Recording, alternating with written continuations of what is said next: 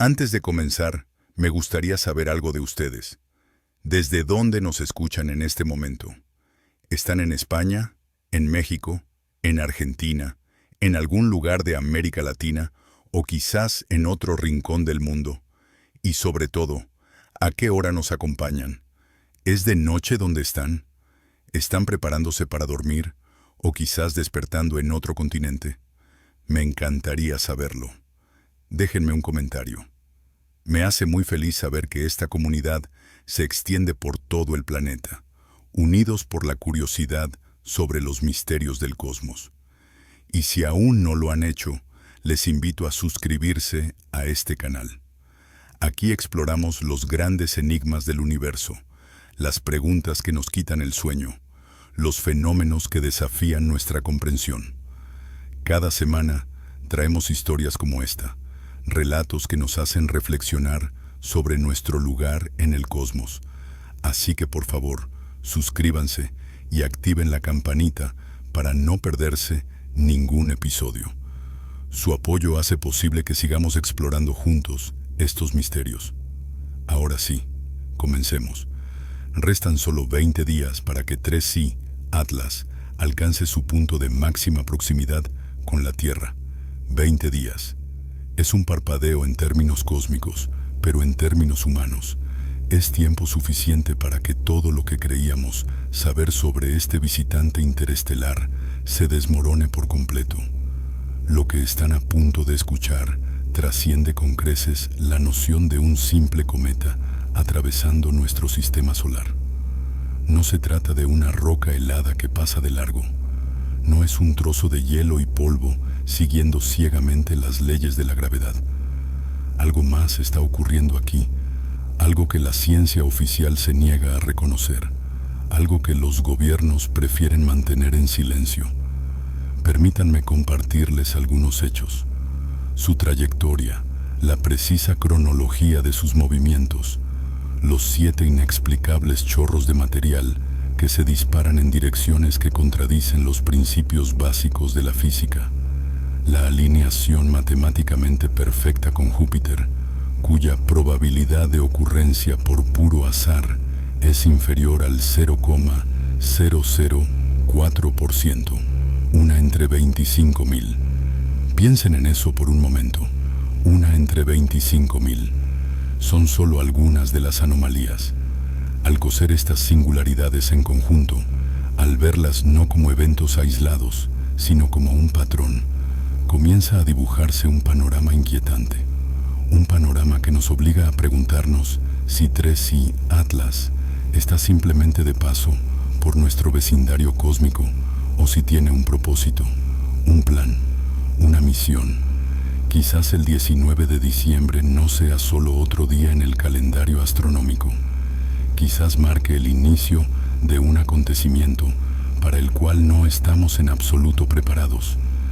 Es posible que estemos presenciando los movimientos iniciales de algo que nuestra mente rechaza considerar. Una incursión, una invasión, un primer contacto que no llegará con mensajes de paz, sino con acciones que solo comprenderemos cuando ya sea demasiado tarde. La evidencia que se expondrá a continuación modificará fundamentalmente su perspectiva sobre las próximas 3 semanas. Modificará la forma en que miran al cielo nocturno. Modificará la forma en que entienden nuestro lugar en el universo. Se avecina la tormenta perfecta. Y nosotros, la humanidad, estamos justo en su centro, mirando hacia arriba con nuestros telescopios, creyendo que comprendemos lo que vemos, cuando en realidad podríamos estar completamente ciegos ante la verdad. Existe algo profundamente perturbador en la precisión. Es algo que sentimos en lo más profundo de nuestro ser, aunque no siempre podamos expresarlo con palabras. Cuando una pelota se suelta desde una altura, cae. Siempre cae. No se detiene en el aire, no cambia de dirección por capricho. Simplemente cae, siguiendo las leyes inmutables de la gravedad. Cuando lanzamos una piedra a un estanque en calma, las ondas se expanden en círculos perfectos, concéntricos, predecibles. No se forman cuadrados, no trazan espirales aleatorias. Son círculos, siempre círculos. Estas son las cómodas certezas de la física, las reconfortantes matemáticas que rigen nuestro universo.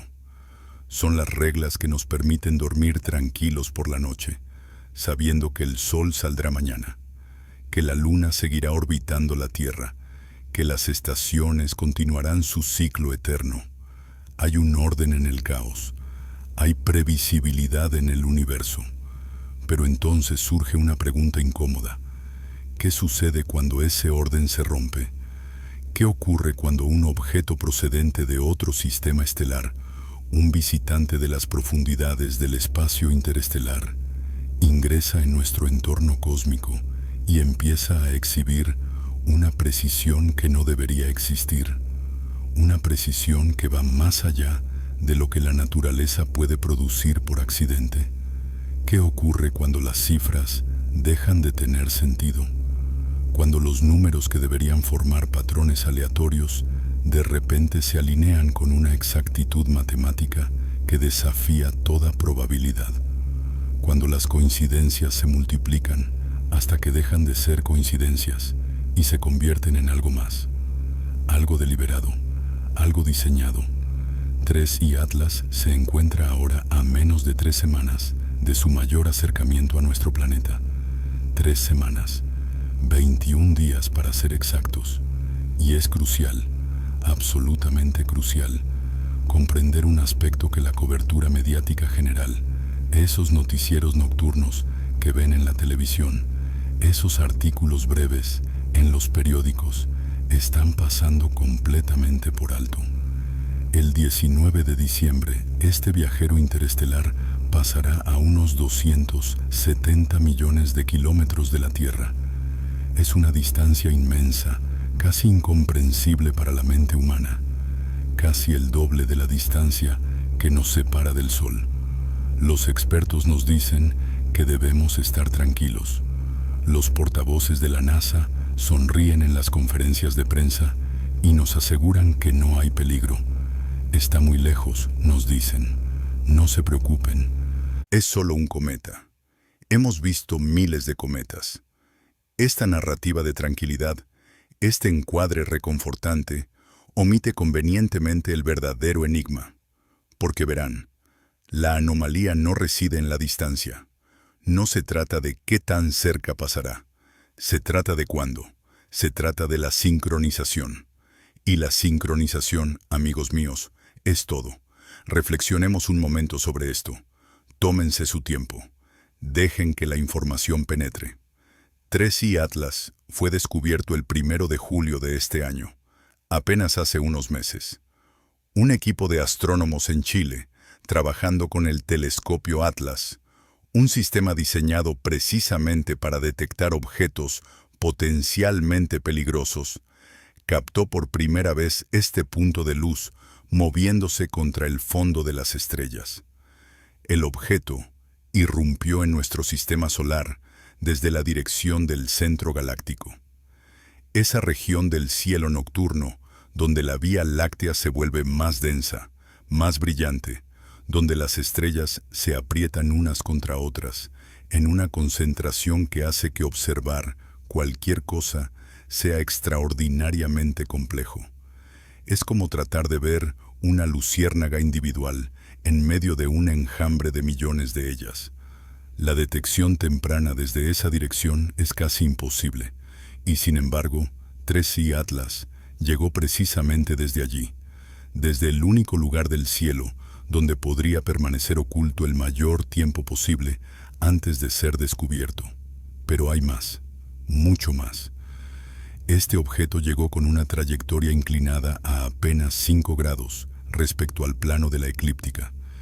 El plano de la eclíptica es ese disco plano imaginario en el que orbitan todos nuestros planetas. La Tierra, Marte, Júpiter, todos ellos se mueven más o menos en el mismo plano, como discos girando sobre una mesa. Los objetos interestelares, esos vagabundos cósmicos que llegan de otros sistemas solares, pueden venir desde cualquier dirección. Pueden entrar en nuestro sistema solar desde arriba, desde abajo, desde cualquier ángulo imaginable en el espacio tridimensional. Las posibilidades son infinitas. Sin embargo, 3i Atlas eligió, y uso la palabra eligió deliberadamente, entrar casi exactamente en el mismo plano donde todos nuestros planetas orbitan. La probabilidad de que un objeto interestelar aleatorio logre esa alineación por pura casualidad es de aproximadamente 0,2%, es decir, una entre 500.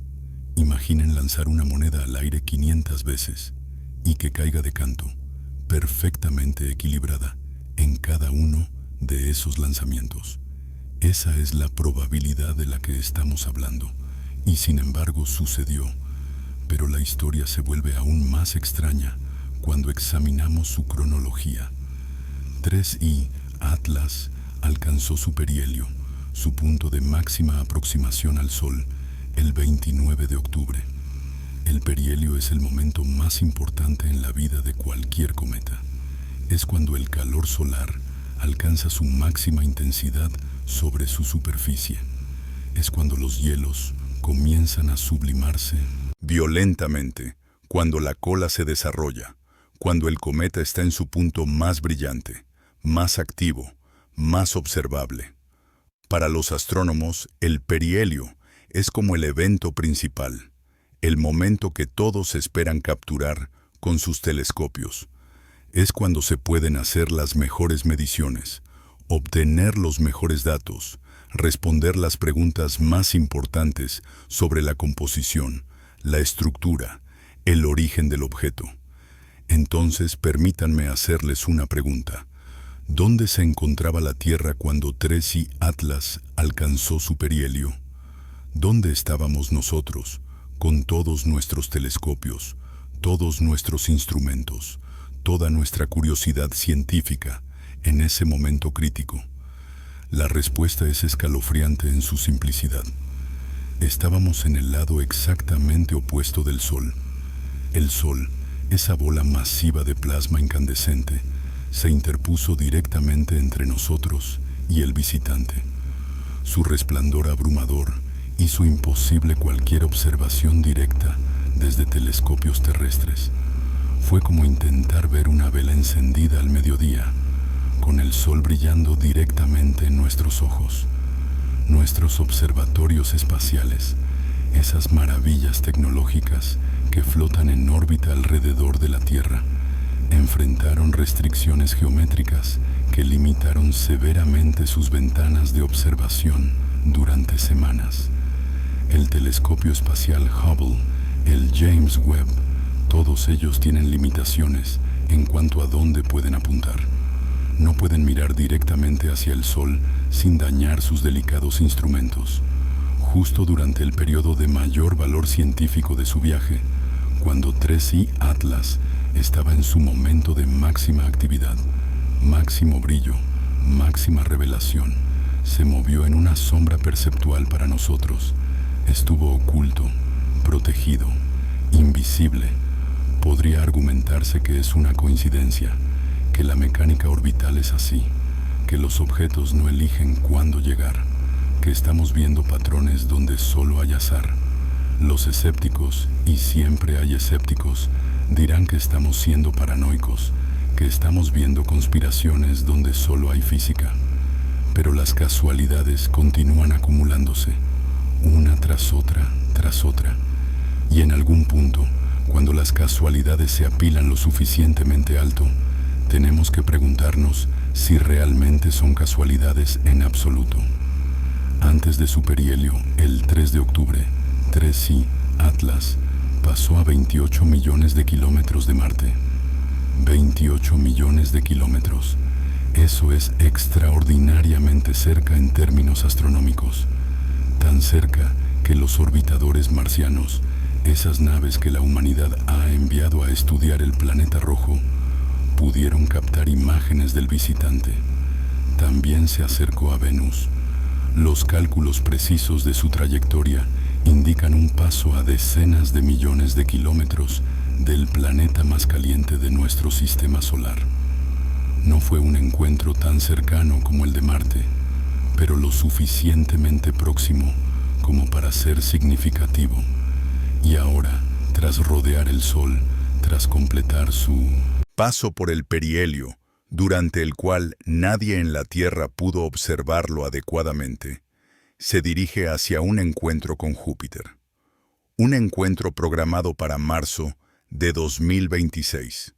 Un encuentro que, cuando se examinan las matemáticas involucradas, desafía toda explicación estadística razonable. Es importante que retengan esta información sobre Júpiter. Guárdenla en su mente, porque más adelante en nuestra conversación de esta noche, exploraremos ese encuentro con un detalle devastador. Por ahora, basta con entender que no es normal, no es aleatorio, no es lo que esperaríamos ver de un cometa natural que simplemente está de paso. El astrofísico de Harvard, Abraham Loeb, un hombre cuya reputación académica es impecable, cuyas credenciales son incuestionables, calculó la probabilidad de que 3I Atlas llegara en el momento preciso para lograr acercamientos significativos a Marte, a Venus y a Júpiter, mientras permanecía convenientemente oculto para la Tierra durante su perihelio, el momento de máxima observabilidad. Las probabilidades que calculó no son estimaciones vagas, son matemáticas rigurosas, y el resultado fue del 0,005%, una entre 20.000, uno entre 20.000 eventos posibles. Para ponerlo en una perspectiva más humana, más comprensible, es como si ganaran la lotería.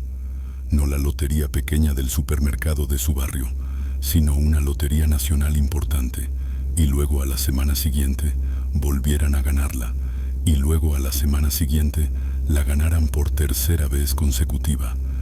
¿En qué punto dejarían de creer que es suerte?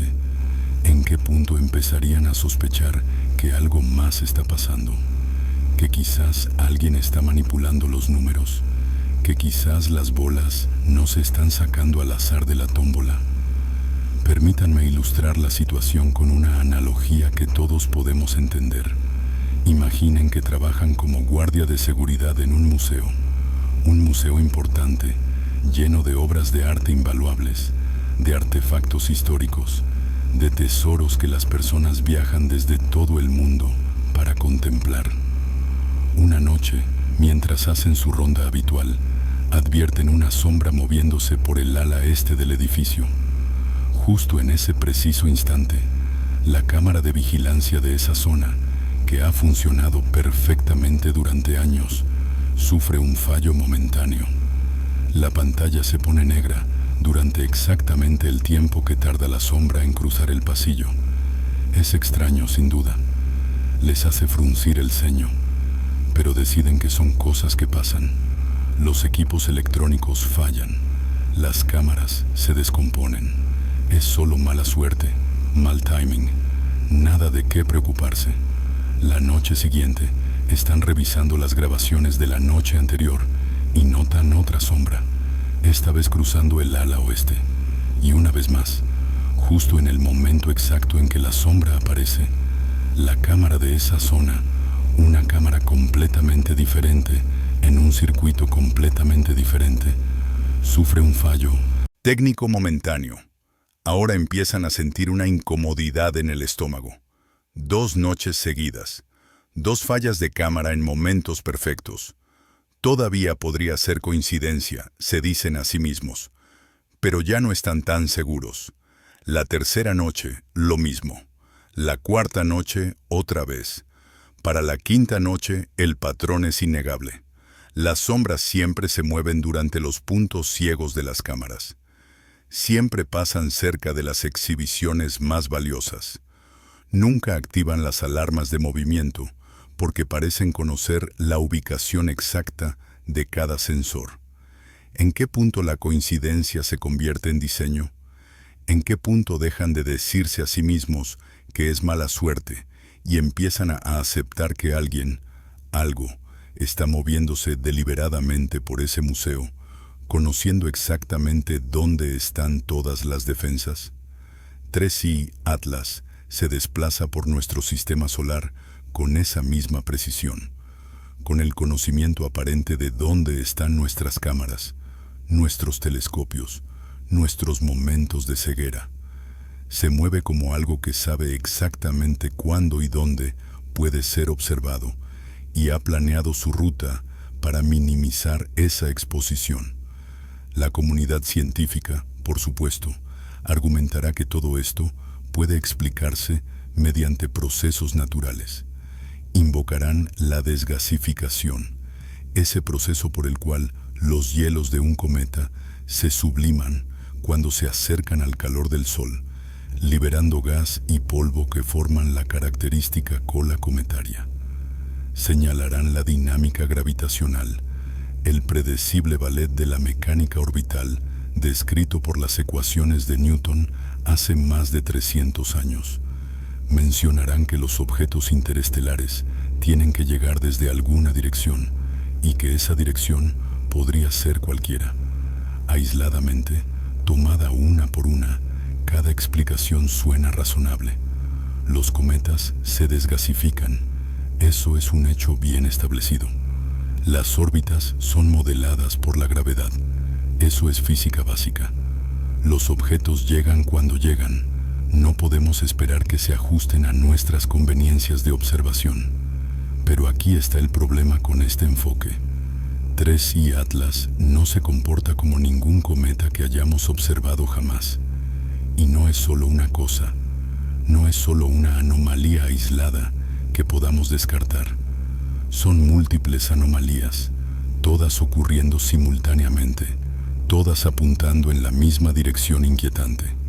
Al pasar por su perihelio, durante esas semanas críticas, cuando estuvo oculto detrás del resplandor solar, algo extraordinario ocurrió.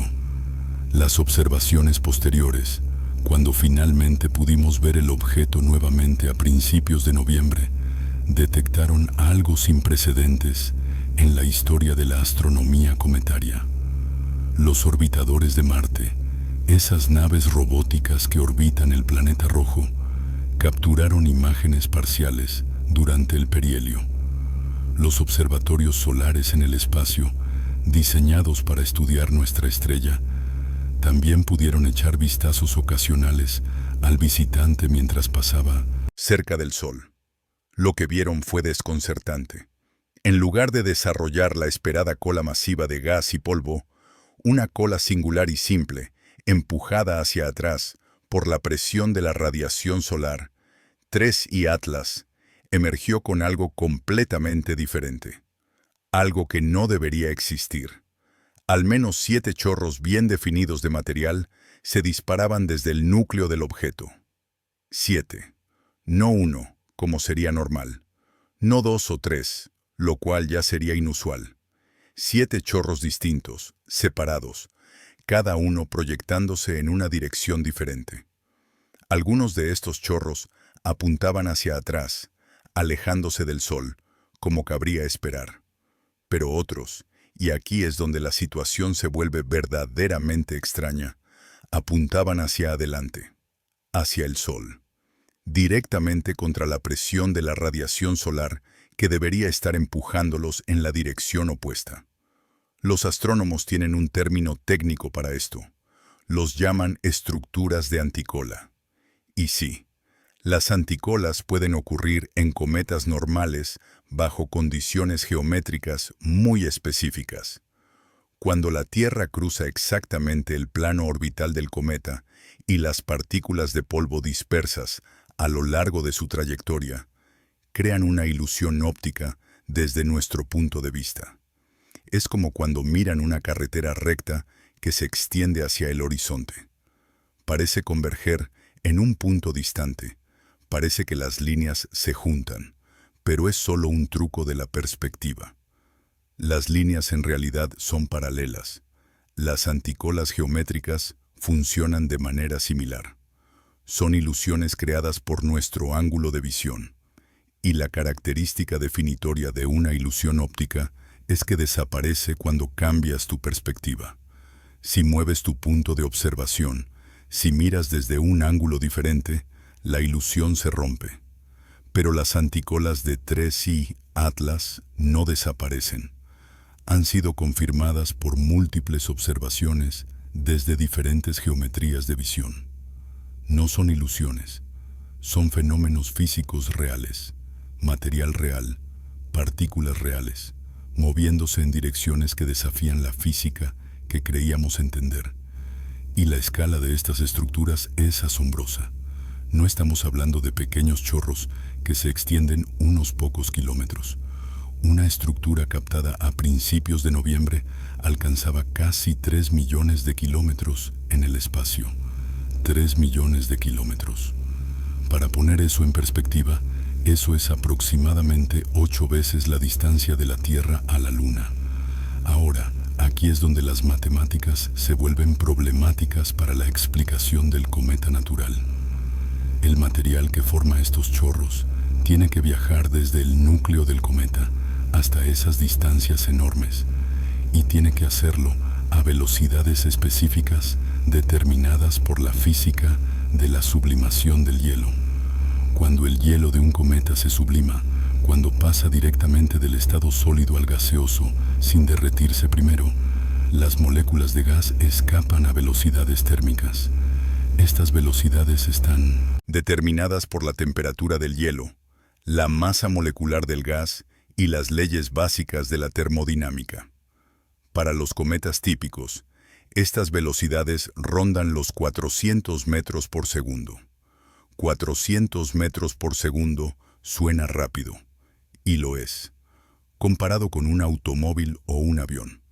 Pero en términos astronómicos es relativamente lento. A esa velocidad, las partículas eyectadas tardarían aproximadamente un mes en desplazarse 1 millón de kilómetros. Durante ese mes, ¿qué está haciendo el cometa? No está quieto en el espacio, está rotando. Todos los cometas rotan, giran sobre su eje como una peonza, y 3I Atlas no es una excepción. Sabemos por las observaciones que rota con un periodo de aproximadamente 16 horas. Una vuelta completa cada 16 horas. Esta rotación debería tener un efecto dramático en cualquier chorro de material. Imaginen un aspersor de jardín giratorio. El agua no sale en una línea recta, sale en una espiral, un patrón curvo trazado por el movimiento giratorio del aspersor. Lo mismo debería ocurrir con los chorros de un cometa en rotación. Durante el mes que tarda el material en viajar desde el núcleo hasta distancias de millones de kilómetros, el cometa habría completado muchas rotaciones completas. El material debería estar disperso, debería formar espirales amplias y difusas, no debería mantener una coherencia direccional. Pero los chorros de 3I Atlas no se comportan así. Las imágenes revelan corrientes estrechamente colimadas. Colimadas significa que se mantienen rectas, enfocadas, como el rayo de un láser en lugar de la dispersión de una linterna. Son precisas y dirigidas, con una apariencia, y sé que esta palabra es problemática, pero es la única que parece apropiada, con una apariencia casi artificial. El 8 de noviembre, un equipo internacional de astrónomos capturó una serie de imágenes extraordinarias. Usaron múltiples exposiciones, apilándolas para revelar estructuras débiles, aplicando filtros en diferentes longitudes de onda para distinguir entre polvo y gas. Lo que revelaron esas imágenes fue esta compleja estructura de 7 chorros, junto con un halo resplandeciente que se extendía 500.000 de kilómetros alrededor del núcleo. Eso es más grande que la distancia de la Tierra a la Luna. Un halo de material que rodeaba al objeto como una aureola fantasmal, y dentro de ese halo, los chorros mantenían su orientación a pesar de la rotación que debería haberlos dispersado. Era como si estuvieran siendo estabilizados de forma activa, como si algo estuviera dirigiendo continuamente el flujo de material, manteniéndolo enfocado en direcciones específicas, sin importar cómo girara el cuerpo principal. Es como si alguien estuviera sosteniendo una manguera de jardín mientras la plataforma sobre la que están parados gira. Tienen que mover continuamente sus brazos, ajustar continuamente su apunte para mantener el chorro de agua dirigido hacia un objetivo específico. Es un control activo, no una emisión pasiva. Déjenme ser absolutamente claro sobre algo. No estoy afirmando, no estoy diciendo de manera definitiva que 3I Atlas es una nave espacial extraterrestre. No estoy diciendo que hay pequeños hombres verdes pilotando un platillo volador a través de nuestro sistema solar. Lo que estoy exponiendo son hechos, observaciones, mediciones. Y estos hechos, estas observaciones, estas mediciones, son profundamente anómalas. Son cosas que no deberían estar sucediendo si este fuera un cometa natural ordinario, comportándose de acuerdo con la física bien establecida. Las explicaciones naturales que se han propuesto nos obligan a aceptar una lista creciente de improbabilidades.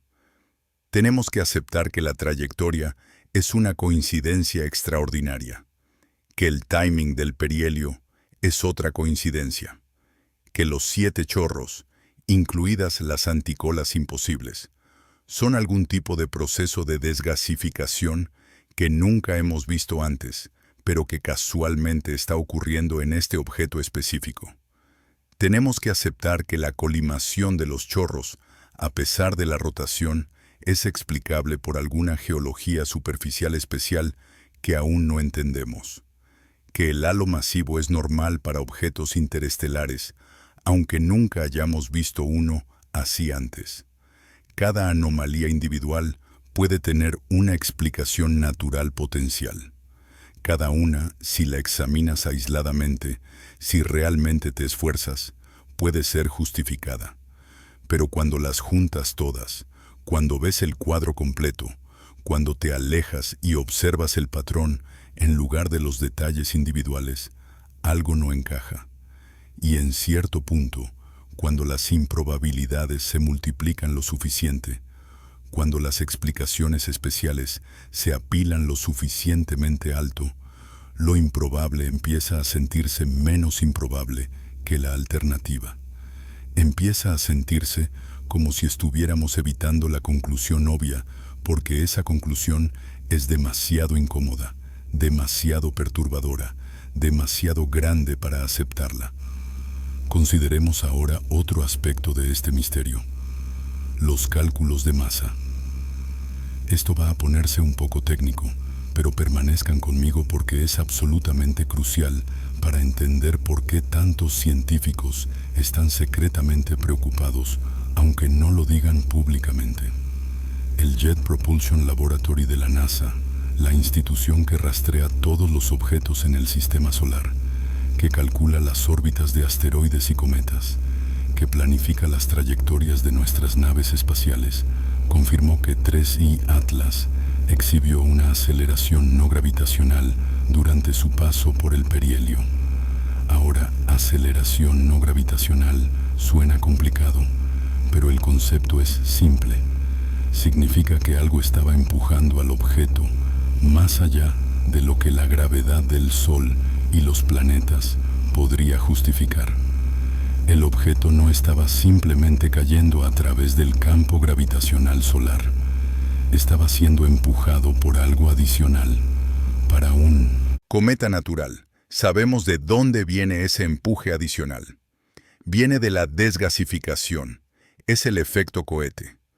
Cuando el hielo en la superficie del cometa se sublima, cuando se convierte en gas, ese gas tiene que ir a algún lado.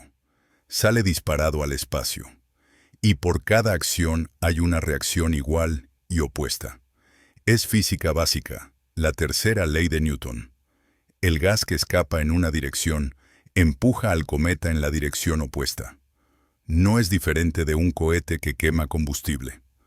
Los gases de escape salen por la parte trasera. El cohete es empujado hacia adelante. Mismo principio, solo que para un cometa el combustible es hielo, sublimándose en lugar de propelente químico quemándose. Hasta aquí todo bien. Esto es astronomía estándar. Todos los cometas activos muestran aceleración no gravitacional. Es esperado, es normal, es lo que debería suceder. Pero aquí es donde surge el problema para 3I Atlas. Un problema grande, un problema que nadie en la comunidad científica oficial parece querer abordar directamente. Para generar la cantidad de aceleración observada, los cálculos indican que 3I Atlas habría necesitado expulsar una cantidad masiva de material. No estamos hablando de un poco de gas y polvo. Estamos hablando de aproximadamente el 10 al 20% de su masa total. Algunos análisis, dependiendo de las suposiciones que hagas sobre la eficiencia de la desgasificación, sugieren que podría haber expulsado hasta 50.000 millones de toneladas de material durante el periodo del perihelio. 50.000 millones de toneladas. Es un número tan grande que es casi imposible de visualizar. Para ponerlo en algún contexto comprensible, es el equivalente a la masa total de todos los seres humanos en la Tierra, multiplicado por aproximadamente 80. Es como si toda la población humana, todas las 8.000 millones de personas, fueran lanzadas al espacio 80 veces seguidas. Ahora, aquí está el verdadero problema. La masa mínima estimada para 3I Atlas, basada en el análisis de su falta de aceleración no gravitacional antes del perihelio, es de aproximadamente 33.000 millones de toneladas. Lean eso de nuevo. 33.000 millones de toneladas es la masa total estimada del objeto. Se nos está pidiendo que creamos que este objeto expulsó 50.000 millones de toneladas de material cuando su masa total es solo de 33.000 millones de toneladas. Es matemáticamente imposible. No se puede eyectar más masa de la que uno tiene. Es como tratar de verter 2 litros de agua de una botella que solo contiene 1 litro. Simplemente no funciona. Ahora, los defensores de la hipótesis del cometa natural dirán, bueno, claramente nuestras estimaciones iniciales de la masa estaban equivocadas. El objeto debe ser mucho más masivo de lo que pensábamos. Y está bien, es una posibilidad. Las estimaciones se revisan. Los científicos ajustan sus modelos cuando llegan nuevos datos. Pero si 3I Atlas es lo suficientemente masivo como para haber expulsado 50.000 millones de toneladas sin desintegrarse, entonces debería ser enorme. Estamos hablando de un núcleo de quizás 20 o 30 kilómetros de diámetro o más, mucho más grande que un cometa típico. Y un objeto de ese tamaño, eyectando tanta masa, debería haber creado una nube de escombros absolutamente gigantesca. Debería haber una enorme envoltura de gas y polvo en expansión, tan grande y tan brillante que todos los telescopios en la Tierra la verían fácilmente. No podrías perderla. Sería obvia. ¿Dónde está esa nube? Las imágenes de noviembre no la muestran. Sí, hay una coma, hay un halo, hay chorros, pero no la vasta nube de escombros que se esperaría de una desgasificación tan catastrófica. El núcleo parece relativamente intacto, compacto, no el remanente destrozado que debería ser. Es como si alguien hubiera perdido 50 kilos de peso corporal en un mes y aún se viera exactamente igual. Tu ropa debería colgarte, tu cara debería verse demacrada, la pérdida de masa debería ser obvia. Pero para 3I Atlas no lo es. Las cifras no encajan. No importa cómo las gires. No importa qué suposiciones hagas. No puedes hacer que las matemáticas funcionen con las explicaciones naturales convencionales. Algo está fundamentalmente mal con nuestra comprensión, o algo fundamentalmente diferente está sucediendo. Y eso nos lleva a una pregunta incómoda. ¿Y si la aceleración no provino de la expulsión de hielo sublimándose? ¿Y si provino de algo completamente distinto? consideremos lo que sabemos sobre la propulsión tecnológica. No es ciencia ficción, es ingeniería espacial real, tecnología que nosotros, la humanidad, ya hemos desarrollado y utilizado. Los cohetes químicos, el tipo de cohetes que usamos para lanzar satélites y astronautas al espacio, producen velocidades de escape de aproximadamente 3 a 5 kilómetros por segundo. Eso es de 7 a 12 veces más rápido que la velocidad de escape típica de la desgasificación cometaria. Los propulsores iónicos, un tipo más avanzado de motor espacial que algunas de nuestras sondas interplanetarias ya están usando, alcanzan velocidades de escape de 20 a 50 kilómetros por segundo. Eso es 50 a 125 veces más rápido que la desgasificación. ¿Por qué importa la velocidad? Por una razón fundamental de física. El empuje, el impulso que un objeto recibe, depende del momento del material expulsado, y el momento es masa multiplicada por velocidad. Si duplicas la velocidad de escape, puedes lograr el mismo empuje con la mitad de la masa. Es una relación lineal directa. Velocidad más alta significa menos combustible necesario para el mismo cambio de momento. Entonces, si 3I Atlas estuviera equipado con sistemas de propulsión que operaran incluso con las especificaciones más modestas que ya hemos logrado aquí en la Tierra, podría lograr la aceleración observada usando solo una fracción de la masa. Quizás solo el 1 o 2% de su masa total en lugar del 50% o más que requeriría la desgasificación natural. De repente, los números encajan. De repente, no necesitas invocar pérdidas de masa imposibles. De repente, el hecho de que el núcleo parezca relativamente intacto tiene sentido. Ahora, antes de que piensen que me he ido por completo por el camino de la especulación salvaje, déjenme enfatizar algo. No estoy diciendo que esta es definitivamente la respuesta. No estoy diciendo que he probado que 3I Atlas es una nave espacial alienígena. Lo que estoy diciendo es que la explicación tecnológica, irónicamente, requiere menos suposiciones extraordinarias que la explicación natural. La explicación natural nos pide que aceptemos matemáticas imposibles, física inusual, coincidencias múltiples. La explicación tecnológica solo nos pide que aceptemos que la inteligencia existe en otro lugar del universo y ha enviado algo aquí. ¿Cuál de esas dos opciones es realmente más extraordinaria? Es una pregunta que cada uno de ustedes tendrá que responder por sí mismo. Pero hay otro aspecto de estos chorros que demanda nuestra atención y tiene que ver con esa rotación de 16 horas que mencioné antes. El periodo de rotación de 3I Atlas fue establecido con bastante precisión a través de observaciones fotométricas cuidadosas realizadas en julio y agosto. Los astrónomos midieron cómo el brillo del objeto aumentaba y disminuía periódicamente mientras diferentes caras del núcleo giraban hacia la luz solar.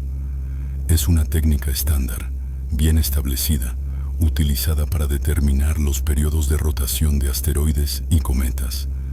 16 horas no es particularmente rápido ni particularmente lento para un cuerpo cometario.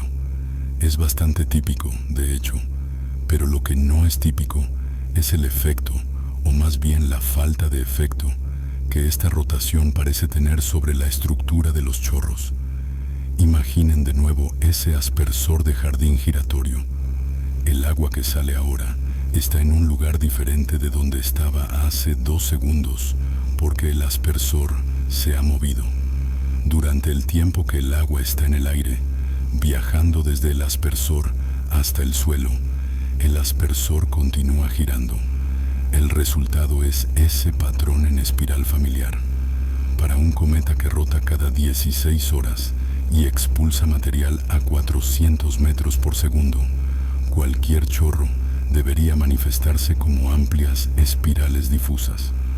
Hagamos las matemáticas rápidamente. Si el material tarda un mes en viajar 1.000.000 de kilómetros, durante ese mes el cometa habrá completado aproximadamente 45 rotaciones completas. El material eyectado en el día 1 debería estar en una posición completamente diferente en su espiral que el material eyectado en el día 2, que a su vez debería estar en una posición diferente del material del día 3. Y así sucesivamente.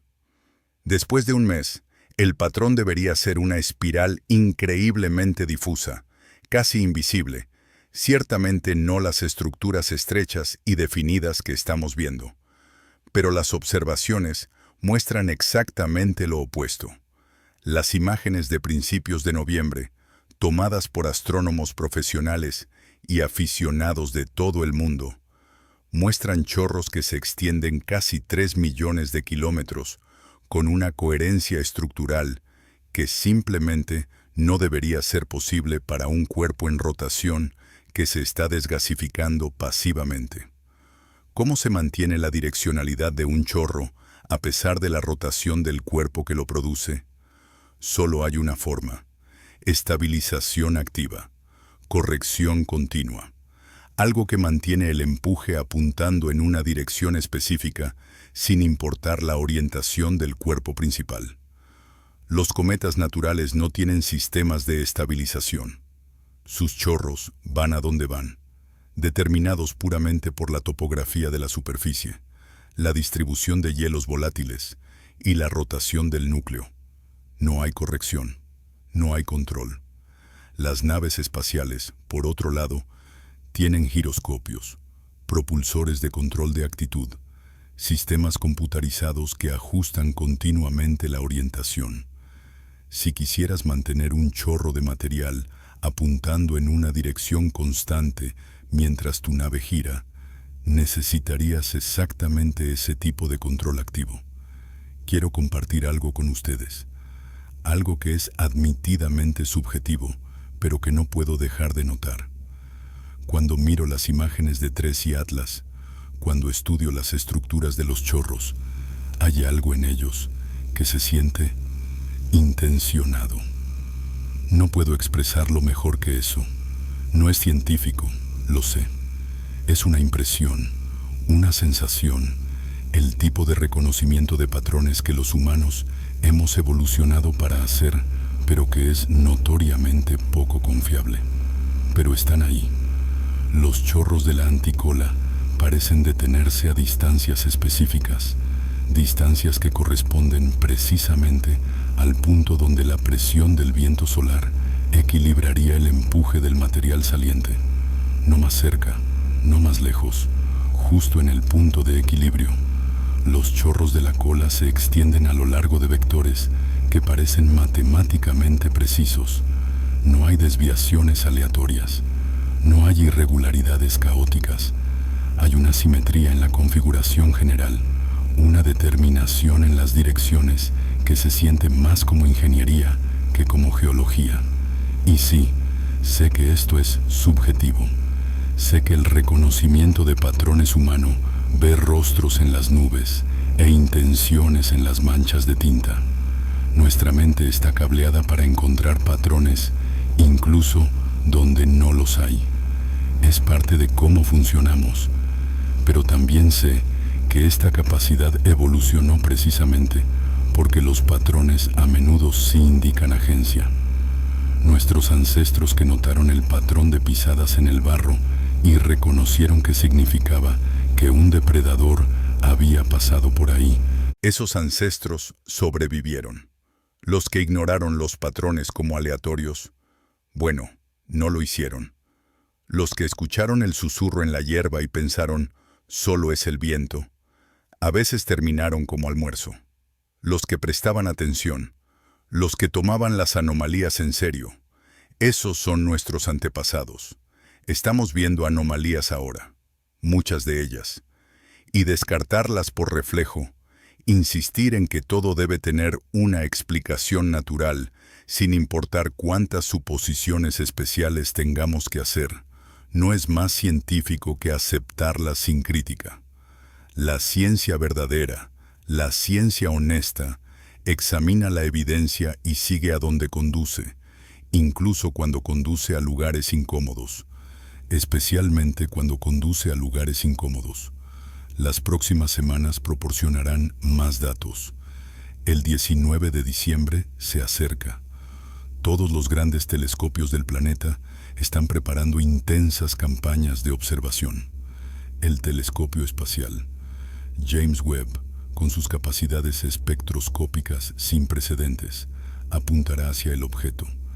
El James Webb puede descomponer la luz en sus componentes, revelar exactamente qué elementos y compuestos están presentes en los chorros. Puede medir las velocidades con precisión extrema. Puede detectar composiciones que ningún otro instrumento puede ver. Los observatorios terrestres seguirán su evolución morfológica día a día, noche a noche. Veremos si los chorros cambian, si aparecen nuevas estructuras, si algo inesperado sucede durante el máximo acercamiento. Aprenderemos más en diciembre de lo que hemos aprendido en todos los meses transcurridos desde el descubrimiento en julio. Los datos se acumularán, los artículos científicos serán escritos, las conferencias serán convocadas, pero aquí está lo que me inquieta, lo que me mantiene despierto por la noche. Para cuando tengamos respuestas concluyentes sobre los chorros, para cuando finalmente sepamos con certeza qué los está causando, 3C Atlas ya estará en camino hacia Júpiter. Ya estará abandonando el sistema solar interior, llevándose consigo todos sus secretos hacia la oscuridad del sistema exterior. La ventana de oportunidad para estudiarlo de cerca se habrá cerrado.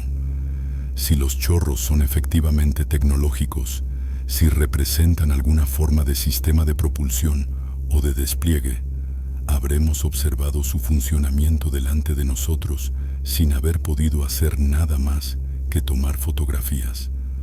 No tenemos la capacidad de enviar una misión rápida a 3C Atlas, no con el corto tiempo de advertencia que tuvimos desde su descubrimiento. Planear, construir y lanzar una sonda interestelar toma años, a veces décadas.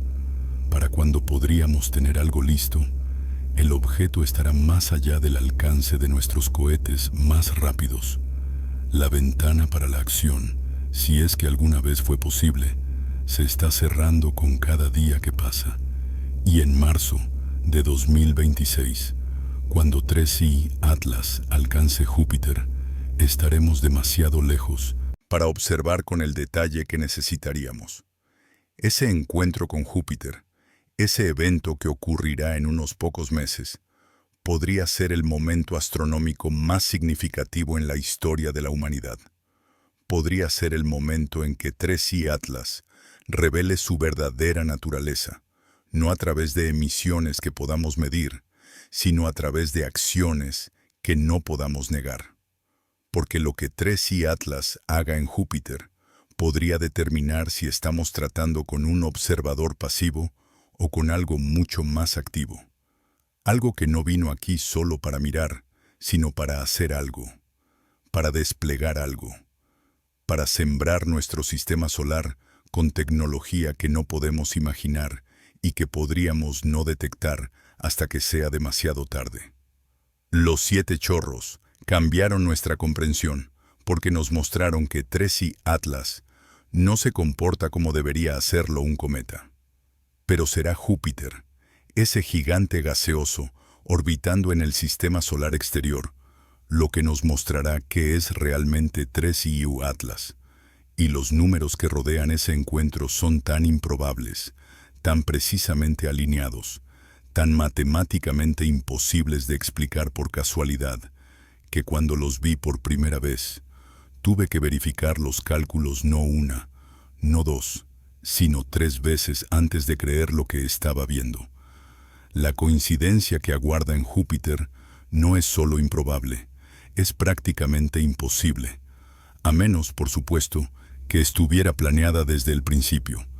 Pero antes de llegar a Júpiter, Antes de explorar esa imposibilidad matemática que espera en el sistema solar exterior, necesitamos entender algo fundamental sobre cómo funciona el cosmos. Necesitamos hablar sobre esos momentos en la ciencia cuando la coincidencia deja de ser una explicación aceptable. En toda la ciencia, en toda la historia de la investigación humana, hay momentos en que la coincidencia se vuelve tan improbable que exige una explicación diferente. Momentos cuando los números se alinean con tal precisión que el azar, simple y llanamente, falla como hipótesis adecuada. Es como lanzar una moneda al aire 100 veces y que caiga cara las 100 veces. Técnicamente es posible. Las leyes de la probabilidad no lo prohíben. Pero si realmente sucediera, si realmente vieras a alguien lanzar una moneda 100 veces y obtener cara cada vez, ¿creerías que fue azar? ¿O empezarías a sospechar que la moneda está trucada? ¿Que algo más está pasando? ¿Que alguien está manipulando el resultado? Lo que estoy a punto de compartir con ustedes sobre el encuentro de Tracy Atlas con Júpiter representa uno de esos momentos. Una alineación matemática tan extraordinaria, tan precisa, tan perfecta, que ha forzado incluso a los astrónomos más escépticos, los más conservadores, los más reacios a considerar explicaciones exóticas, a detenerse y preguntarse si realmente puede ser coincidencia.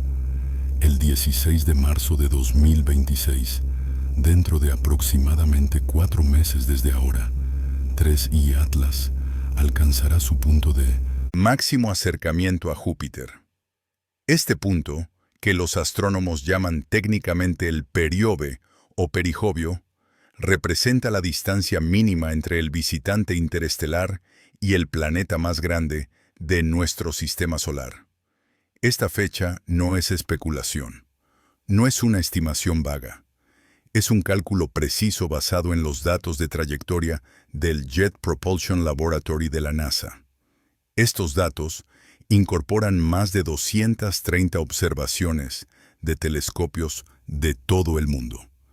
Incluyen las mediciones de la aceleración no gravitacional que discutimos antes. Tienen en cuenta todos los efectos gravitacionales conocidos, todos los tirones y jalones de cada planeta en el sistema solar. La precisión de este cálculo es extraordinaria. Conocemos la fecha, conocemos la hora, conocemos la distancia mínima con una incertidumbre de apenas unos pocos millones de kilómetros. En términos astronómicos, eso es prácticamente exacto. Esa distancia mínima, según los últimos cálculos, será de aproximadamente 53.445 millones de kilómetros, con una incertidumbre de más o menos 60 millones de kilómetros. Ahora, permítanme hablarles sobre algo llamado el radio de Hill de Júpiter. Es un concepto que suena técnico, pero que en realidad es bastante simple de entender una vez que se explica. Imaginen a Júpiter orbitando alrededor del Sol. Júpiter tiene su propia gravedad, por supuesto. Es un planeta masivo, el más grande de nuestro sistema solar, con una gravedad lo suficientemente fuerte como para capturar y mantener docenas de lunas a su alrededor. Pero Júpiter también está orbitando dentro del campo gravitacional del Sol, y el Sol es muchísimo más masivo que Júpiter. Así que hay dos fuerzas gravitacionales compitiendo, la de Júpiter tirando hacia adentro, la del Sol tirando hacia afuera. El radio de Hill es el límite donde estas dos fuerzas se equilibran. Dentro del radio de Hill de Júpiter, la gravedad del planeta domina. Un objeto dentro de este radio puede orbitar establemente alrededor de Júpiter sin que el Sol lo arranque. Fuera del radio de Hill, la gravedad solar es más fuerte. Cualquier objeto ahí eventualmente será jalado lejos de Júpiter. Es el límite del dominio gravitacional de Júpiter, su frontera cósmica, la línea que separa lo que puede mantener de lo que no puede. Este radio no es constante. cambia dependiendo de dónde está Júpiter en su órbita alrededor del Sol. Cuando Júpiter está más lejos del Sol, su radio de Hill es más grande. Cuando está más cerca, es más pequeño. El 16 de marzo de 2026, cuando 3I Atlas haga su máximo acercamiento, el radio de Hill de Júpiter será de 53.502 millones de kilómetros. Ahora lean estas dos cifras de nuevo. Léanlas despacio. Dejen que penetren. La distancia de máxima aproximación de 3I Atlas a Júpiter. 53.440 5 millones de kilómetros. El radio de Hill de Júpiter en ese momento. 53.502 millones de kilómetros. La diferencia entre ambas es de 57 millones de kilómetros. 57 millones. Y la incertidumbre en la medición de la distancia de 3I Atlas es de 60 millones de kilómetros. Esto significa que 3I Atlas llegará al límite exacto del radio de Hill de Júpiter, no dentro de él, donde sería capturado, no muy lejos de él, donde pasaría sin interacción significativa, sino justo en el borde, en la frontera, en el límite matemático preciso. La precisión aquí es de 1 parte en 1000. A lo largo de todo el vasto diámetro de la órbita de Júpiter, alrededor del Sol, 3I Atlas llegará al punto exacto, al kilómetro exacto, donde la influencia gravitacional de Júpiter termina y la del Sol comienza. La probabilidad de que esto ocurra por azar puro, según los cálculos de Abraham Loeb en su análisis conservador, es inferior al 0,004%, aproximadamente una entre 25.000. Permítanme poner eso en perspectiva humana. Es como si lanzaran un dardo desde Madrid con los ojos vendados y acertaran exactamente en el centro de una diana que está en Buenos Aires. No cerca de ella, no en la ciudad general, en el centro exacto del blanco. Es como ganar esa lotería nacional que mencioné antes, no una, sino 2 veces seguidas. Es una probabilidad tan baja que nuestras mentes luchan por comprenderla realmente. Y aquí está la pregunta que no podemos evitar. ¿Por qué? ¿Por qué el radio de Hill? ¿Por qué ese punto específico en el espacio?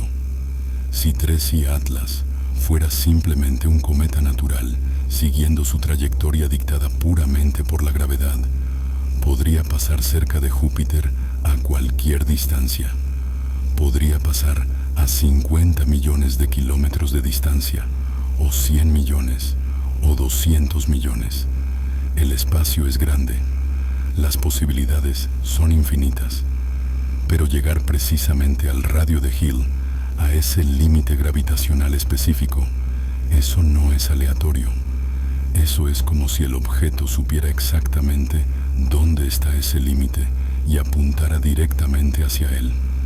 Y hay una razón por la que alguien podría querer hacer eso. Una razón muy específica que cualquier civilización con capacidad espacial entendería inmediatamente. El radio de Hill es especial. No es solo el límite del dominio gravitacional.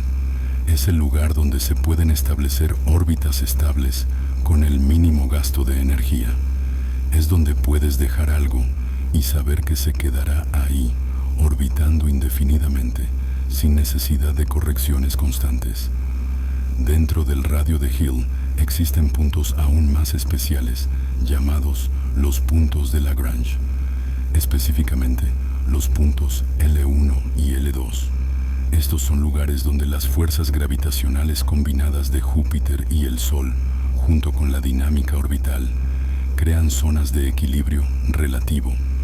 Un objeto colocado en un punto de Lagrange necesita muy poco combustible para mantener su posición.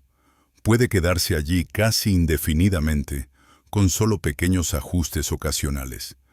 Es como encontrar un valle poco profundo en una colina. Una bola rodará hacia ese valle y se quedará allí sin necesidad de que nadie la sostenga. Aquí en la Tierra usamos los puntos de Lagrange todo el tiempo para nuestras misiones espaciales más importantes. El telescopio espacial James Webb no está en órbita alrededor de la Tierra. Está en el punto L2 del sistema Sol-Tierra, a 1,5 millones de kilómetros de nosotros, en un lugar donde puede mantener su posición de forma estable con un consumo mínimo de combustible. Múltiples observatorios solares ocupan el punto L1 entre la Tierra y el Sol. Son los estacionamientos naturales del cosmos, los lugares perfectos para dejar satélites, sondas, plataformas de observación, cualquier cosa que quieras que permanezca en una posición fija durante mucho tiempo. Si 3I Atlas fuera un cometa natural, su llegada al radio de Hill de Júpiter sería una coincidencia casi milagrosa. Uno de esos eventos de una entre 25,000 que técnicamente puede suceder, pero que nadie realmente espera ver.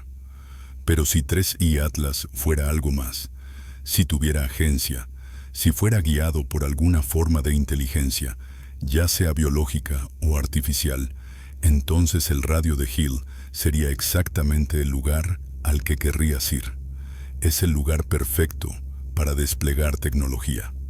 Abraham Loeb, ese astrofísico de Harvard, cuyo nombre he mencionado varias veces, perfila este escenario con una frialdad que es a la vez fascinante y aterradora.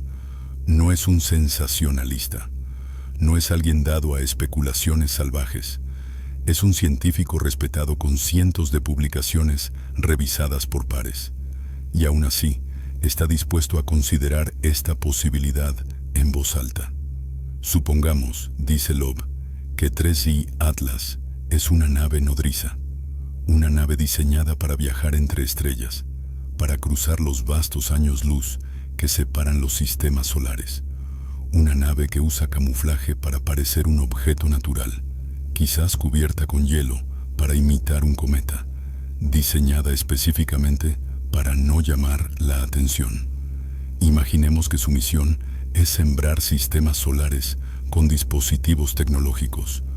Podrían ser plataformas de observación, satélites espía cósmicos que monitorizan civilizaciones en desarrollo.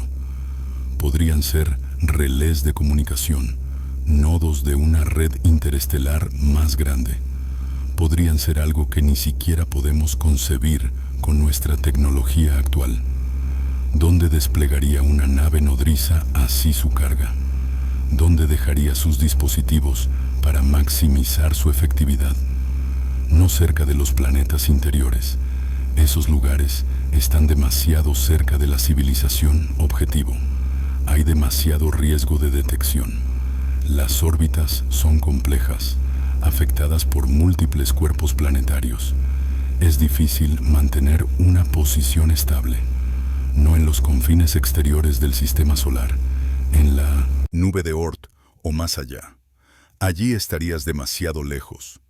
Las distancias limitarían la utilidad de cualquier observación o comunicación. Tomaría horas, días incluso, para que las señales viajaran de ida y vuelta. Júpiter es el término medio perfecto. Es lo suficientemente masivo como para proporcionar órbitas gravitacionales estables. Es lo suficientemente lejos de la Tierra para evitar una detección fácil. Está en una posición lo suficientemente central para observar todo el sistema solar interior, todos los planetas interiores, incluida la Tierra. Y específicamente, el radio de Hill de Júpiter es el lugar óptimo para liberar dispositivos. ¿Por qué? Porque cualquier objeto liberado fuera de este radio eventualmente sería arrancado por la gravedad del Sol. Se perdería, derivaría, terminaría en alguna órbita aleatoria alrededor del Sol, en lugar de permanecer cerca de Júpiter. Los objetos liberados dentro del radio de Hill serían capturados gravitacionalmente por Júpiter, sí, pero podrían requerir maniobras adicionales, gasto de combustible adicional, para alcanzar las configuraciones orbitales más estables, como los puntos de Lagrange. Pero justo en el borde, justo en el límite del radio de Hill, Esa es la ubicación perfecta. Es donde puedes soltar algo con un consumo mínimo de energía y saber que encontrará su camino a una órbita estable. Es ingeniería espacial básica. Es lo que nosotros haríamos si estuviéramos en su lugar. La aceleración no gravitacional que 3I Atlas mostró cerca de su perihelio, esa aceleración que discutimos extensamente antes, adquiere un nuevo significado en este contexto. Antes de esa aceleración, antes de ese empuje extra que no puede ser completamente explicado por la desgasificación natural, ¿cuál habría sido el destino de 3I Atlas? Los modelos de trayectoria sin ese impulso muestran una ruta ligeramente diferente, una que lo habría llevado a pasar a mayor distancia de Júpiter. Habría sido un sobrevuelo cercano, sí, pero no un encuentro en el radio de Hill, no una aproximación a ese límite gravitacional tan preciso, tan perfecto.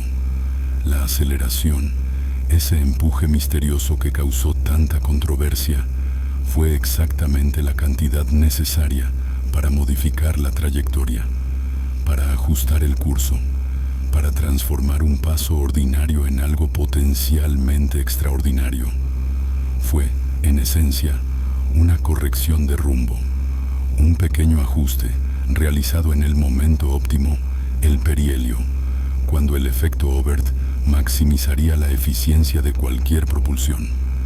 Es exactamente lo que harías si estuvieras navegando hacia un destino específico, si no estuvieras simplemente cayendo a través del sistema solar, siguiendo pasivamente las leyes de la gravedad, sino viajando activamente hacia un objetivo predeterminado. Ahora, sé que esto suena como ciencia ficción. Sé que suena como el tipo de cosas que ves en películas de Hollywood o lees en novelas de invasión alienígena. Y tengo que ser absolutamente claro sobre algo. No estoy afirmando que esto es definitivamente lo que está sucediendo. No estoy diciendo que he probado que 3I Atlas es una nave nodriza alienígena a punto de sembrar Júpiter con sondas tecnológicas. No tengo esa prueba. Nadie la tiene. Lo que estoy señalando, lo que estoy pidiendo que consideren, es que si lo fuera, si 3I Atlas fuera exactamente eso, una misión de despliegue de una civilización avanzada, entonces todo lo que estamos observando, cada anomalía, cada coincidencia imposible, cada detalle extraño, encaja perfectamente. La trayectoria que estamos viendo es exactamente la que cabría esperar. Las matemáticas encajan, la cronología encaja, la precisión encaja. Todo encaja de una manera que debería hacernos sentir, como mínimo, muy incómodos. Y aquí está lo verdaderamente frustrante, lo verdaderamente exasperante de toda esta situación. No tenemos medios para verificar lo que ocurrirá en Júpiter en marzo. Las distancias involucradas son inmensas. Cuando 3I Atlas alcance Júpiter, estará a aproximadamente 7 unidades astronómicas de la Tierra. Eso es más de 1.000 millones de kilómetros, más de 1.000 millones. Para los telescopios terrestres, incluso los más grandes y potentes, 3I Atlas no será más que un punto de luz a esa distancia. Podremos rastrear su posición, medir su brillo general, pero no podremos ver detalles estructurales. No podremos observar si algo se separa del cuerpo principal. No podremos detectar pequeños objetos siendo liberados. Tenemos naves espaciales en el sistema joviano.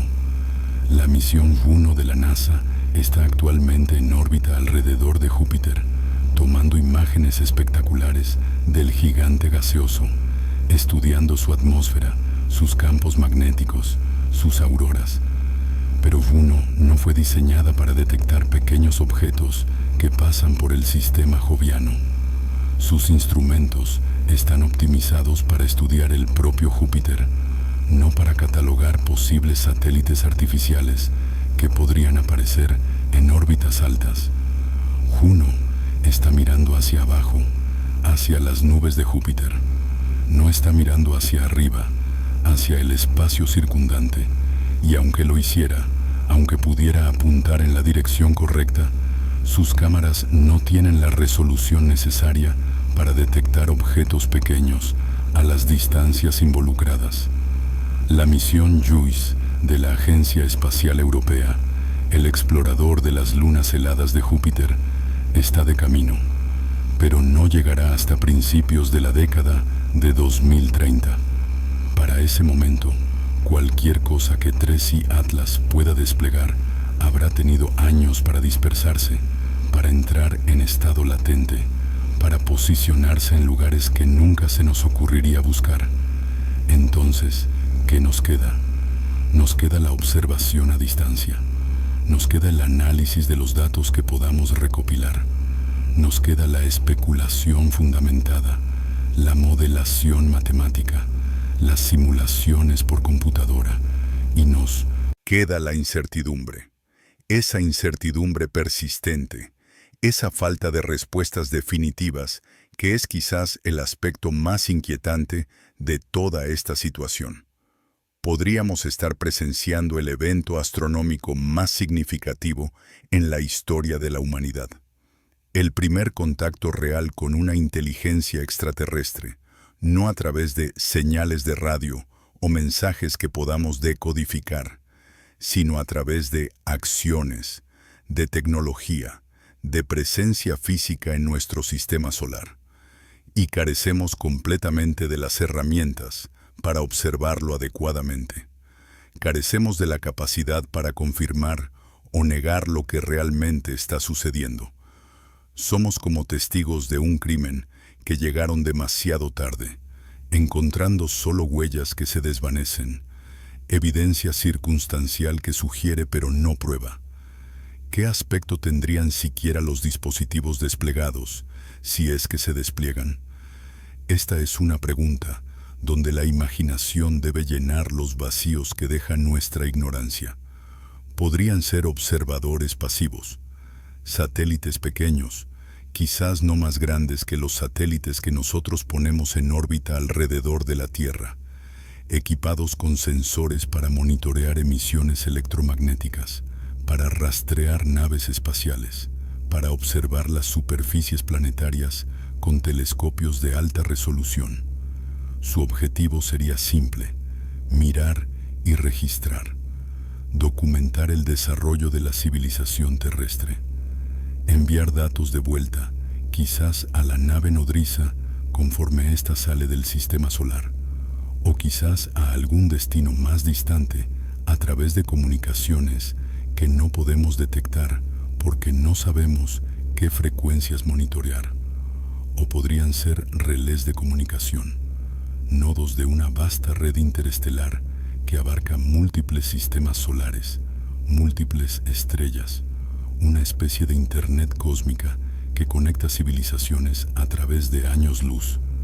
Las distancias interestelares hacen que la comunicación en tiempo real sea imposible, incluso viajando a la velocidad de la luz, que es el límite absoluto impuesto por la física. Un mensaje tarda años en cruzar de una estrella a otra. Una conversación sería imposible. Enviarías un mensaje y esperarías décadas por una respuesta. Pero una red de estaciones repetidoras, nodos colocados estratégicamente en múltiples sistemas estelares, podría reducir drásticamente los tiempos de transmisión dentro de un sistema dado. Podrían asegurar que los datos fluyan eficientemente de un planeta a otro, de un satélite a otro, antes de ser enviados al siguiente salto interestelar. Y aquí la especulación se vuelve más inquietante, podrían ser plataformas de fabricación, máquinas autorreplicantes diseñadas para usar los recursos locales disponibles en el sistema joviano. Júpiter tiene docenas de lunas. Europa, con su océano subsuperficial. Ganímedes, la luna más grande del sistema solar. Calisto, Io con sus volcanes activos. Cada una tiene recursos que podrían ser explotados por una tecnología suficientemente avanzada. Estas plataformas podrían usar esos recursos para construir tecnología adicional, para expandirse, para reproducirse. Un proceso de autorreplicación exponencial que, una vez iniciado, sería casi imposible de detener. En 100 años, podrían existir cientos de estos dispositivos orbitando en el sistema joviano. En 1000 años, miles. Todo operando en secreto. Todo invisible para nuestros telescopios porque son demasiado pequeños, están demasiado lejos, o están diseñados para ser indetectables. O, y esta es la posibilidad más oscura, podrían ser armas. Capacidades latentes, esperando un detonante que no podemos prever. Plataformas de defensa listas para responder a amenazas específicas que aún no hemos presentado. La hipótesis del bosque oscuro, esa idea perturbadora propuesta por el escritor de ciencia ficción chino, Liu Cixin, postula que el universo es un lugar peligroso, que las civilizaciones tecnológicas tienden a esconderse porque anunciarse es invitar al ataque. En un universo así, las civilizaciones que sobreviven son las que eliminan a sus competidores potenciales antes de que representen un peligro, antes de que desarrollen armas lo suficientemente poderosas, antes de que aprendan a viajar entre estrellas, antes de que se conviertan en una amenaza. Una red de sondas posicionadas en cada sistema estelar prometedor podría ser exactamente eso. El mecanismo de ejecución de algún antiguo orden galáctico, sistemas de armas durmientes, esperando, observando cada civilización emergente, listos para esterilizar planetas que crucen ciertos umbrales tecnológicos. Suena paranoico, lo sé. Suena como el tipo de pensamiento conspirativo que debería ser descartado inmediatamente. Pero la verdad incómoda es que no sabemos. Simplemente no sabemos. No expongo estas posibilidades para alarmarlos innecesariamente. No estoy tratando de generar pánico. Lo que intento hacer, lo que creo que la honestidad intelectual demanda, es que contemplemos el espectro completo de posibilidades. La misma capacidad tecnológica que permitiría la observación pacífica también permitiría la intervención hostil. El mismo camuflaje que posibilita una entrada sin ser detectado también permitiría un despliegue inadvertido de capacidades ofensivas. Y no tenemos forma de saber cuál es el caso. No tenemos forma de discernir las intenciones de una inteligencia cuya existencia ni siquiera hemos confirmado definitivamente. Los meses venideros proporcionarán más información, eso es seguro. A medida que 3i Atlas se aleje de la Tierra en dirección a Júpiter, continuará siendo observado. Su brillo disminuirá gradualmente conforme la distancia aumenta, pero los telescopios más potentes aún podrán rastrearlo. Cualquier liberación significativa de material, cualquier separación de objetos subsidiarios, podría ser detectada como variaciones en la curva de luz, cambios súbitos en el brillo que no correspondan a la rotación conocida del objeto, serían altamente sospechosos. El análisis de trayectoria continuará refinándose. Si 3i Atlas muestra cualquier desviación adicional de la órbita puramente gravitacional, si hay más aceleración no gravitacional después de marzo, sería casi imposible de justificar de forma natural. Los cometas no cambian de rumbo en el espacio profundo sin una razón. La misión Juno será alertada.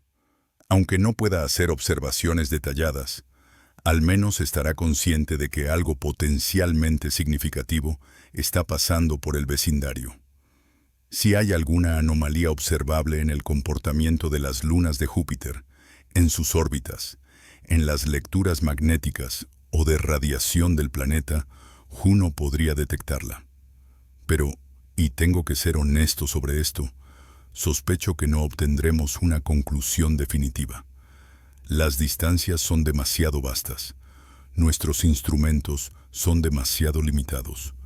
Nuestra ventana de oportunidad es demasiado breve.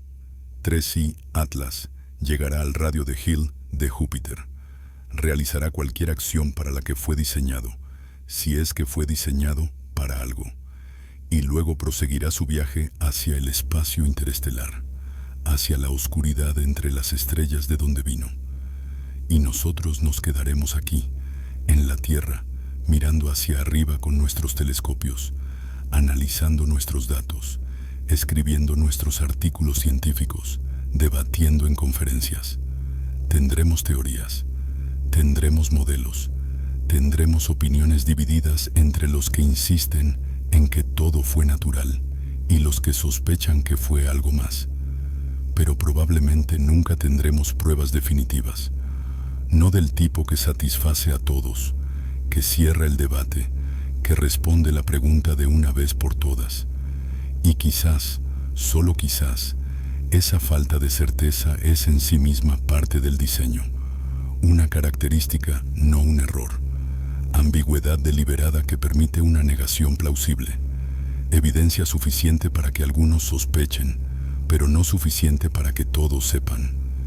Si yo estuviera diseñando una misión de exploración o reconocimiento a un sistema estelar habitado por una civilización primitiva, una civilización que apenas está comenzando a desarrollar capacidades astronómicas, eso es exactamente lo que haría. No me revelaría completamente, no haría contacto abierto, pero tampoco sería completamente invisible. Dejaría pistas, anomalías, cosas que los observadores más cuidadosos notarían y sobre las que se preguntarían, cosas que plantearían preguntas sin proporcionar respuestas, y luego observaría cómo responde la civilización a esas anomalías, si las notan, si las toman en serio, si cooperan internacionalmente para estudiarlas o se fragmentan en facciones competidoras, si responden con curiosidad o con miedo. Todo eso sería información valiosa, información que podría determinar los próximos pasos, si hacer contacto abierto, si continuar observando en silencio o si intervenir de maneras que prefiero no especular. Hay una pieza más de este rompecabezas que necesitamos examinar antes de avanzar. Tiene que ver con el timing, con el cuándo de todo esto. ¿Por qué ahora? ¿Por qué en el año 2025 y 2026 específicamente? Objetos interestelares atraviesan nuestro sistema solar con regularidad. No constantemente, pero tampoco son eventos únicos en la vida. Los modelos astrofísicos sugieren que en cualquier momento dado, probablemente hay uno o más objetos interestelares dentro de la órbita de Saturno. La mayoría pasan completamente desapercibidos.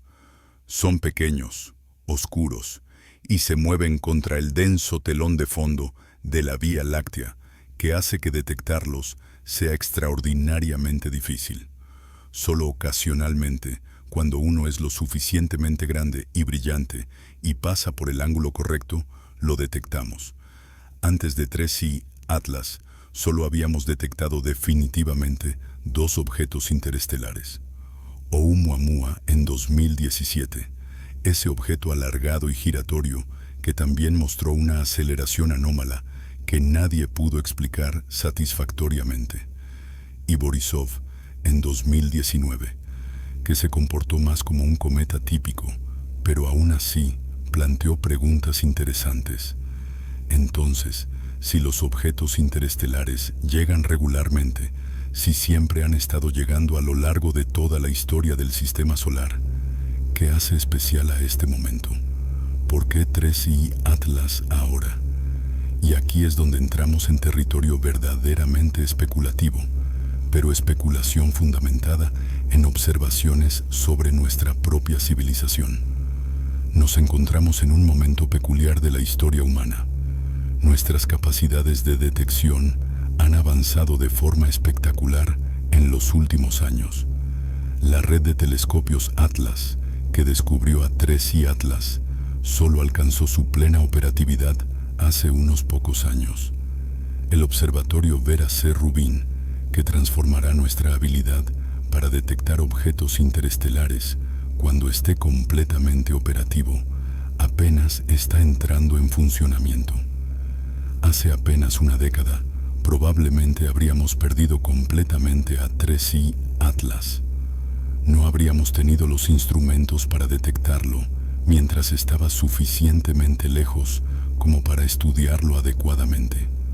Lo habríamos descubierto tarde, quizás después de su perihelio, con muy poco tiempo para hacer observaciones significativas. Pero ahora tenemos sistemas automatizados que escanean el cielo todas las noches. Tenemos algoritmos de computadora que pueden detectar objetos en movimiento contra el fondo estelar. Tenemos redes internacionales de astrónomos que pueden coordinar observaciones de seguimiento en cuestión de horas. Hemos cruzado un umbral. Hemos alcanzado un nivel de sofisticación tecnológica donde podemos, por primera vez en la historia humana, detectar y estudiar objetos interestelares de manera sistemática.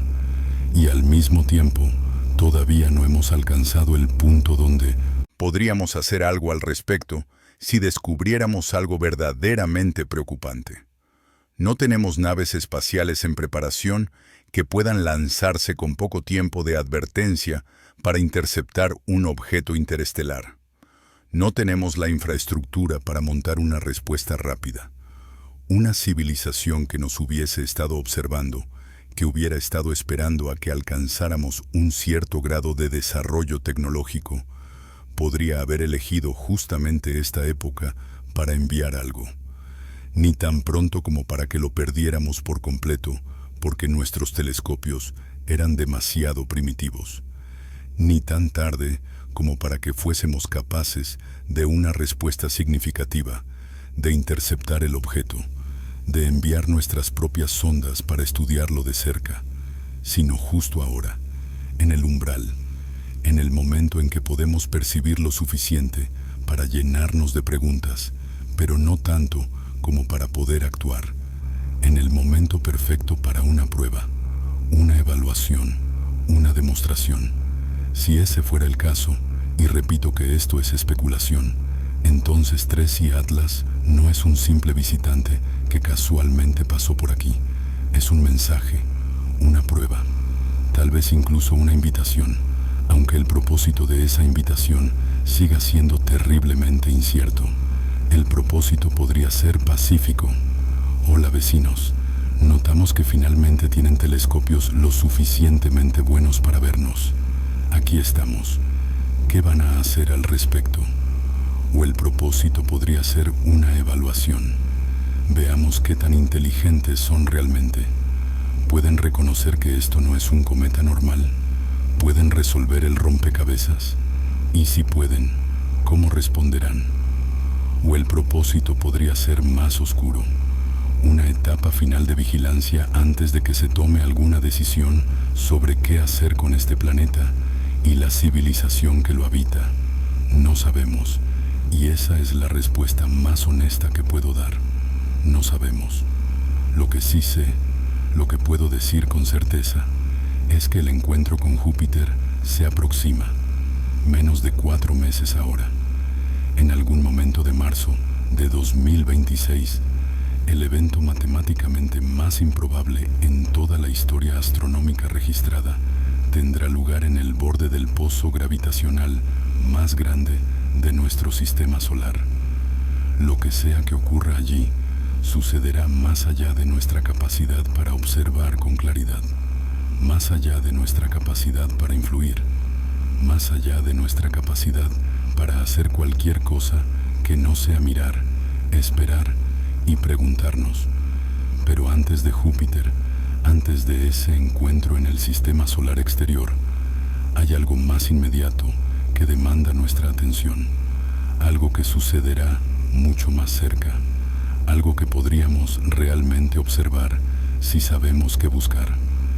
El 19 de diciembre está a solo 20 días de distancia, 20 días antes de la máxima aproximación a la Tierra, y antes de que podamos comprender completamente qué podría estar esperándonos en Júpiter, necesitamos entender qué hizo realmente 3i Atlas durante esas semanas cruciales en las que estuvo oculto tras el sol.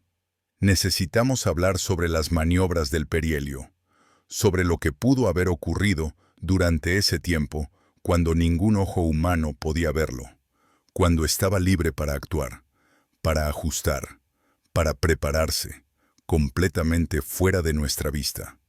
Porque si hay un lugar en esta historia donde la verdad está oculta, donde los secretos más importantes yacen enterrados, es en esas semanas perdidas de finales de octubre. En ese periodo crítico, cuando 3C Atlas pasó su perihelio en la oscuridad efectiva, protegido del escrutinio humano por el resplandor abrumador del propio sol. La maniobra oculta, el ajuste silencioso, el momento perfecto para que algo que no desea ser visto haga exactamente lo que necesita hacer. Y tengo la creciente sospecha de que lo que sucedió allí, en esas semanas de invisibilidad, será más importante para el futuro de la humanidad que todo lo que podamos aprender observando desde lejos lo que suceda en Júpiter. El guión continuaría con las secciones sobre el perihelio oculto, los problemas de expulsión de masa, las teorías de reconocimiento, los protocolos de respuesta gubernamentales, las defensas imposibles, los artefactos estelares, la cuenta regresiva final, etc., expandiendo cada tema con el mismo nivel de detalle narrativo, engagement constante y sin marcadores de tiempo, hasta alcanzar las 12.000 palabras aproximadas.